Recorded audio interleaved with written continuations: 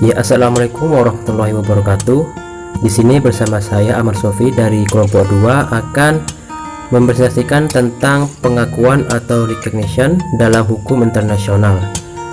Dan nanti juga akan disambung oleh teman saya Fauza Alinuha dan Listian Ningrum. Ya, dalam pergaulan internasional, berbagai peristiwa dapat terjadi, baik peristiwa yang bersifat intern maupun ekstern.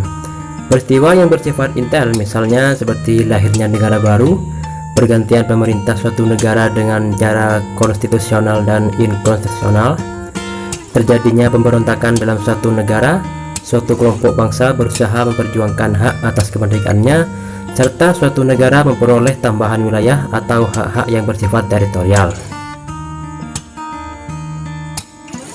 Pada dasarnya, sikap negara-negara di dunia terhadap peristiwa-peristiwa seperti di atas secara garis besar dapat dikelompokkan menjadi dua kelompok, yaitu sebagian negara akan menerima dan akan memberikan pengakuan terhadap peristiwa yang terjadi dalam suatu negara lain, dan sebagian lagi ada negara-negara yang justru tidak dapat menerima adanya peristiwa atau fakta tersebut.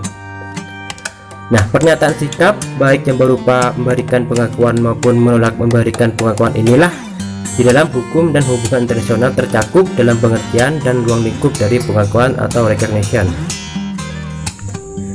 Ya, selanjutnya adalah macam-macam pengakuan.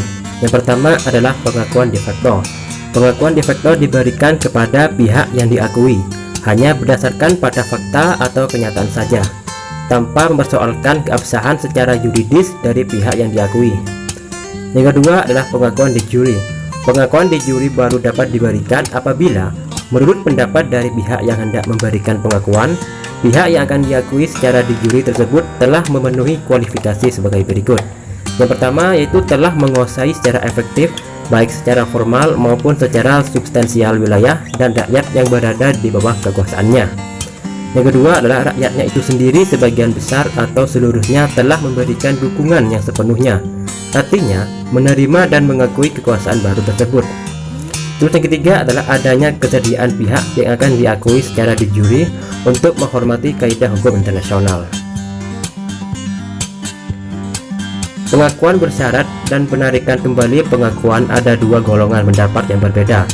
Yang pertama adalah golongan pertama, di mana menyatakan bahwa pengakuan tersebut dapat ditarik kembali, sebab dengan dilanggarnya syarat tersebut berarti pihak yang diakui dipandang menyalahi kewajibannya. Kedua adalah golongan kedua, berpendapat bahwa pengakuan itu jika disertai dengan syarat-syarat tidak dapat ditarik kembali, sebab menurut sependapat kedua ini tidak dipenuhinya syarat tersebut tidak akan menghapuskan eksistensi dari pihak yang telah diakui itu.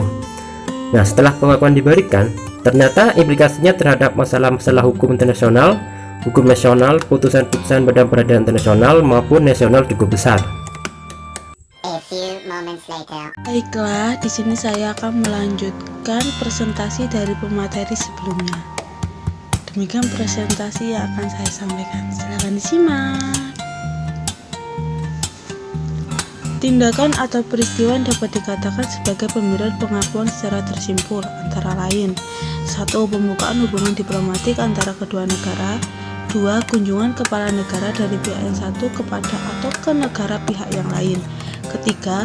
Diadakannya atau ditandatanganinya perjanjian-perjanjian yang bersifat politik maupun perjanjian menunjukkan adanya pengakuan atas eksistensi pihak-pihak. Bentuk-bentuk pengakuan. 1. Pengakuan terhadap negara baru. Eksistensi di dalam hubungan internasional, peristiwa apapun yang menimpa suatu negara, sepanjang tidak menghilangkan salah satu atau beberapa unsurnya, kesinambungan atau kontinuitas negara tersebut tetap berlangsung terus.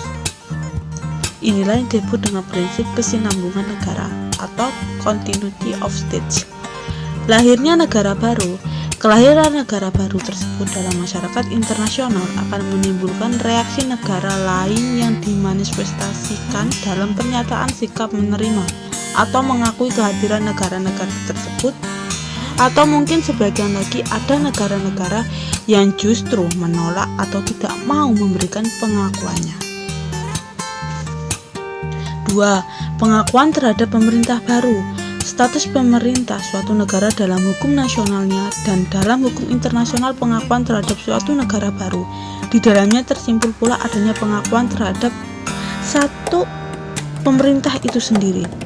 Sebab pemerintah hanyalah merupakan salah satu unsur negara. Tetapi patut diingat bahwa pemerintah mempunyai status tersendiri dalam negara yang bersangkutan maupun dalam hukum internasional. Ketiga, pengakuan terhadap kaum pemberontak.